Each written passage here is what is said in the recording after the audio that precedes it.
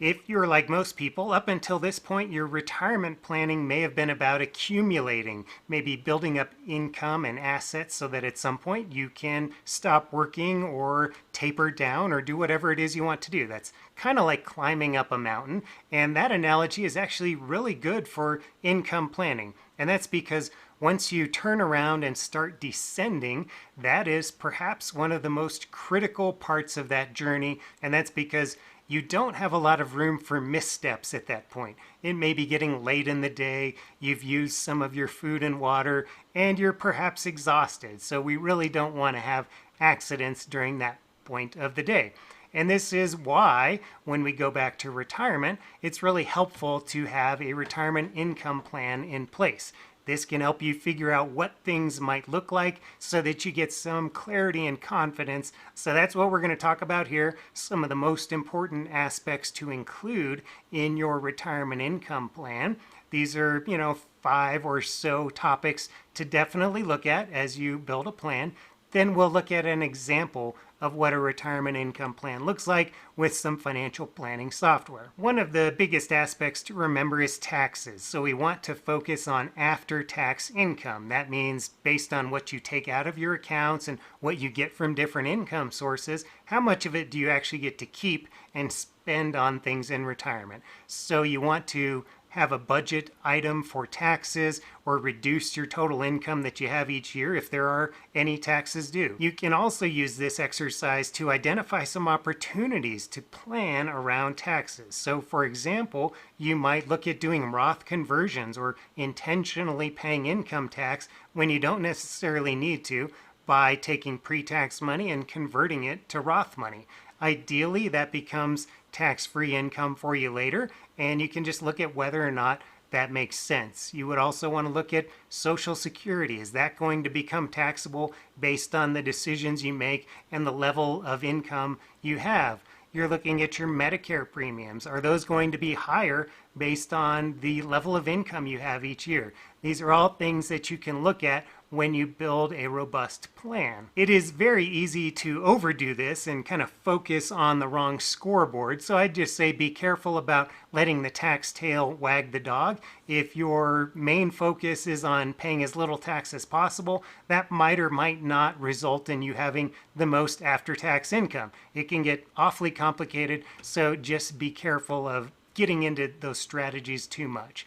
A friendly reminder that this is just one video, and so I hope you'll do a lot more research and use this as just one piece in your planning. Please talk to professionals, please do a lot more homework, and that way you improve your chances of success. Healthcare is another important aspect of your retirement plan. We want to have a budgeted item for healthcare each month and each year, and then we also want to account for potential long-term care costs. Those might happen at the end of life or just at some point for a number of years when you need extra help doing things. So there are some staggering numbers out there in terms of what it costs to pay for healthcare.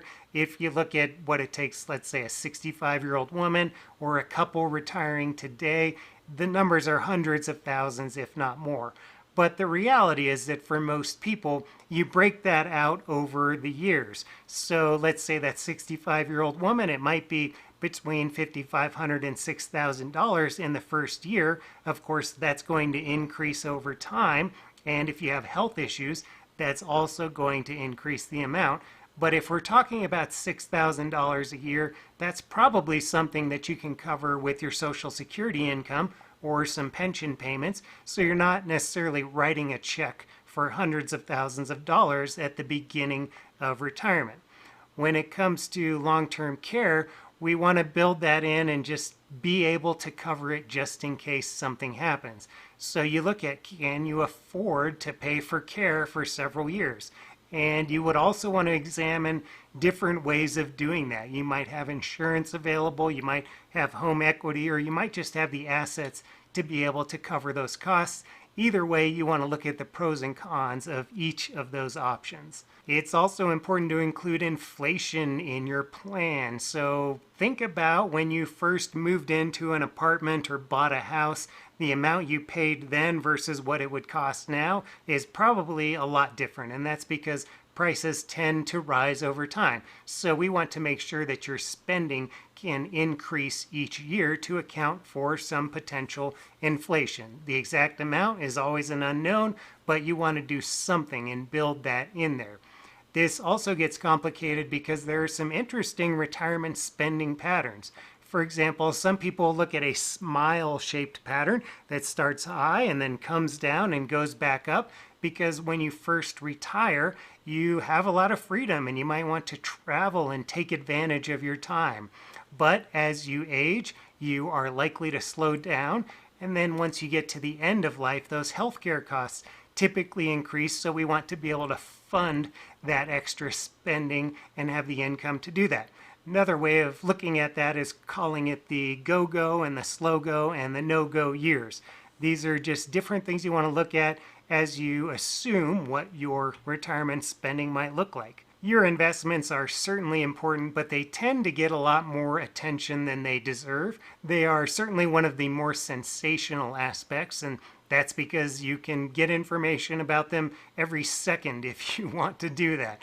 But your investments really are just a tool, and you might want to just look at what are they going to do for you.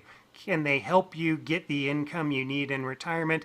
And maybe you don't need to take as much risk as you might think. Once you build a plan, that can be really helpful to understand that you're already at a point where you have the resources that you can kind of taper off or avoid catastrophic losses. You just want to examine this, look at where you are, look at what you're doing, and see what makes the most sense. What I hope you won't do is get into some really risky strategies.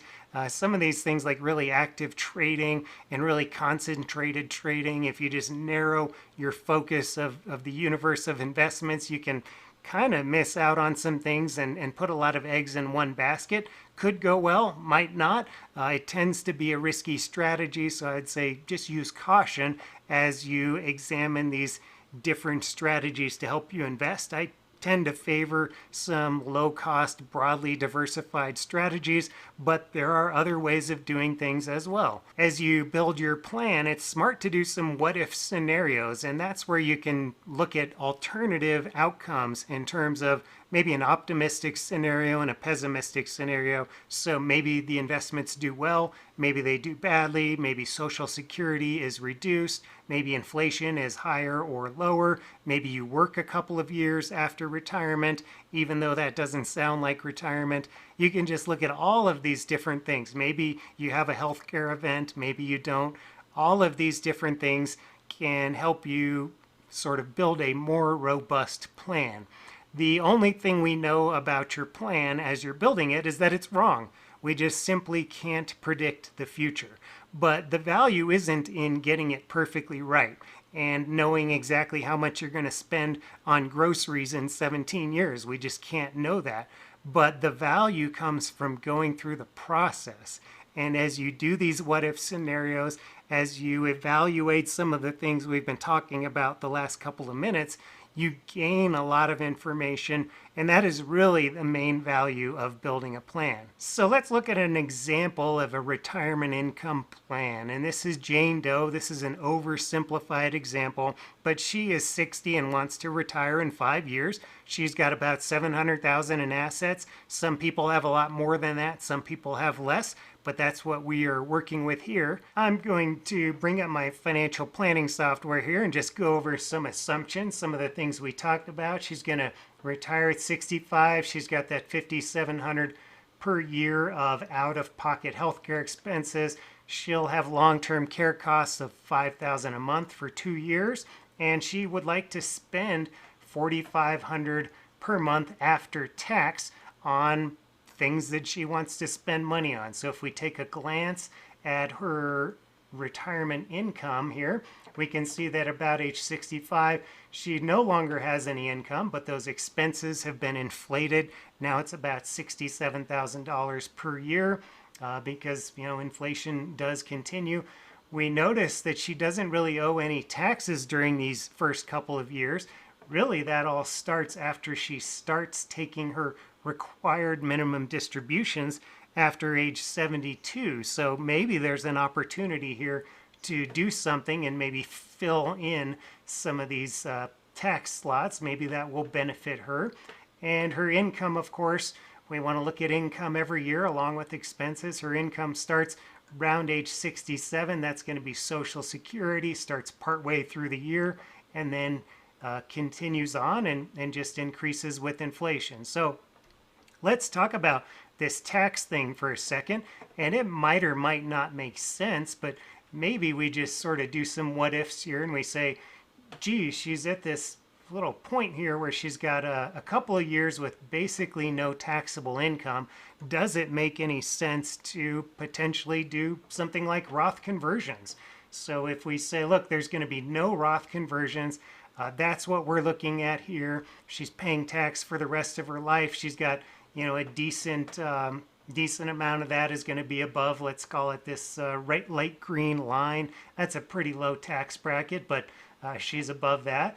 If she does go ahead and fill in that gap and prepay some taxes, she would not be paying taxes later in life, and who knows what the tax rates will be at that point with all the potential changes that could happen in the next 20, 30 years. She's got a lot of life left in her. Maybe she wants to go ahead and pay those at a low rate, maybe not. On the other side of that argument, we can say, look, she's going to have high healthcare costs at the end of life, so it would be okay to have some taxable withdrawals and have a lot of income during those years. So it's just a lot of pros and cons you want to discuss, and as you go through that exercise, you can decide what seems to be the best option. But as we go back to just a quick glance at what her retirement plan looks like, or the actual income plan, this is something that you can build on your own if you want. So you can use a spreadsheet or you can use some financial planning software. Ultimately, you just want to have an idea of what does the income look like, where is money going to be coming from, how much are you spending, and we're inflating that. So she's got her after-tax spending, and we know how much she's paying in taxes, or at least we're estimating that because we can't be certain about anything. And again, going through this exercise, it just teaches you a lot. So whether you do it with software, you do it with a spreadsheet, it's going to help you a lot. If you found this helpful, please leave a quick thumbs up. That gives me feedback that it's useful and that I should keep putting out information like this. Thanks and take care.